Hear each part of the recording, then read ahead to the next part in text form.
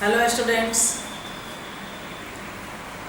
आज हमारा 7th class है हिंदी ग्रामर का।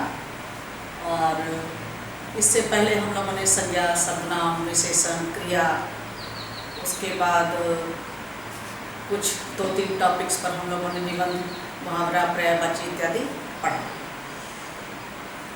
मित्र को पत्र भी लिखना है, वो भी हमने बताया कैसे आपको पत्र लिखना है, अनौपचारिक पत्र। तो उसी सिलसिले को आगे बढ़ाते हुए अब हमने जो पढ़ा उसको एक बार मैं रिवीजन और कर लेती हूँ। और आज हम पर्यायवाची शब्द पढ़ेंगे। पर्यायवाची शब्द का आज हमारा पहला डे है और उसमें हम कुछ ज़्यादा शब्दों के बारे में सीखेंगे। तो आप अपनी कॉपी और पेंसिल निकाल लें और बिल्कुल ध्यान से पर्यायवाची शब्द के बारे में सुनें। पर्यायवाची शब्द क्या है? ब्लैक बोर्ड पर स्ट्रेस करिए, देखिए, ध्यान दीजिए।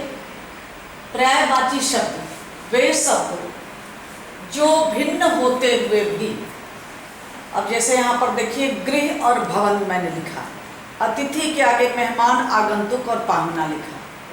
तो क्या कहने का मतलब है कि वे शब्द जो भिन्न हैं। अब एक तरफ अतिथि एक शब्द लिखा है, उसके आगे 3 शब्द लिखा है, मेहमान, आगंतुक और पाहुना। वे शब्द जो भिन्न होते हुए भी एक ही अर्थ प्रकट करते हैं उसे पर्यायवाची या समानार्थी शब्द कहते हैं या कहलाता है। अब जरा देख लें क्या क्या हमने लिखा है यहाँ। अतिथि, तो अतिथि के लिए और क्या है? मेहमान, आगंतुक, पाहुना। तीनों का मतलब अतिथि ही होता है, बाहर से आने वाला, या आप मेहमान कह सकते हैं। अश्व लिखा है, अश्व के आगे मैंने लिखा है घोड़ा, तुरंग और है। ये तीनों का भी मतलब घोड़ा ही होता है, ठीक है। अहंकार, घमंड, दंभ, गर्व, ये तीनों जो लिखे हैं अहंकार का ही मतलब है। अहंकार की जगह पर अगर आप घमंड लिखते हैं, दंभ लिखते हैं, गर्व लिखते हैं तो वो सारे वाक्य सही होंगे। उपवन के लिए बाग, वाटिका, बगीचा। उन्नति के लिए प्रगति, उत्थान, विकास। कपड़ा के लिए वस्त्र, चीर, वसन। उसके बाद कोयल के लिए पिक, श्यामा, कोकिल, ठीक है। चलिए, गृह के लिए भवन, सदन, आलय। जैसे देखा आपने, विद्यालय, विद्या का घर, गृह। दुग्ध, दुग्ध के लिए क्या है? दूध के लिए दुग्ध, पाय, क्षीर। नया, नया के लिए नवीन, नूतन, नव। ये तीनों का मतलब नया ही होता है। नाव, नौका, नैया, डोंगी। पवन, हवा, वायु, वात। अब हवा की जगह पर आप पवन भी लिख सकते हैं। पुष्प, फूल, कुसुम, प्रसून। पेड़, वृक्ष, तरु, विटप। तो एक वे शब्द जो भिन्न है लेकिन अर्थ में एक है, उसी को क्या कहा जाता है? पर्यायवाची शब्द। आप लिखे साथ साथ, और मैं कुछ और शब्दों को बोल रही हूँ, उसको भी ध्यान दीजिएगा और फिर से लिखिएगा। कुछ हमने चर्चा की थी पहले भी वीडियो में, तो आप उसको भी रिकॉल कर लीजिए और आज ये पर्यायवाची को अच्छी तरह से समझ के लिख लीजिए।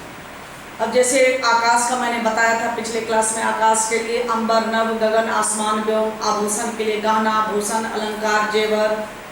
कमल के लिए पंकज, जलज, राजीव, सरोज। किनारा, तट, कूल, तीर, कगार, किरण, रश्मि, अंशु, कर, मारीच। कुबेर, अब जैसे कि दिवाली में हम लोग कुबेर की पूजा करते हैं, तो धनपति, यक्षराज, किन्नराधिपति। उसके बाद गंगा के लिए भागीरथी, सुरसरी, मंदाकिनी, जाह्नवी। ये सबके मतलब गंगा ही होते हैं। चंद्रमा का चांद, शशि, शशांक, चंद्र, हिमांशु, चतुर, दक्ष, चालाक, कुशल, प्रवीण, निपुण। देवता के लिए सुर, अमर, अमृत्य, देव।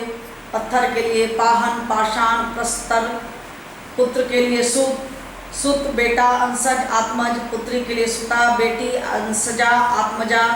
पृथ्वी के लिए हम शब्द का प्रयोग करते हैं धरा, भूमि, धरती, वसुंधरा। उसके बाद प्रेम के लिए स्नेह, प्यार, प्रीति, अनुराग। बंदर के लिए बानर, कपि, मरकट, हरि। राजा के लिए महीप, नृप, नरेश। भूपति, रात, निशा, रजनी, रात्रि, रैन। लक्ष्मी के लिए रमा, कमला, इंदिरा। संसार, जग, विश्व, जगत, दुनिया। सर्प के लिए सांप, नारंग, विषधर, भुजंग। समुद्र के लिए जलधि, सागर, सिंधु, उदधि। सिंह के लिए वनराज, केहड़ी, नाहर, केसरी। सूर्य के लिए रवि, भानु, दिनकर, दिवाकर। सोना के लिए स्वर्ण, कनक, कंचन, हेम, हाथी के लिए गज, हस्ती, दंती, कुंजर। इस तरह से हम काफ़ी सारे शब्दों के पर्यायवाची शब्द देखे। तो इसको अब आप लोग अपनी फेयर कॉपी में नोट कर लें और याद भी करें, और फिर हम नेक्स्ट क्लास में आपके लिए कुछ और भी टॉपिक लेकर के आएंगे। Okay, bye.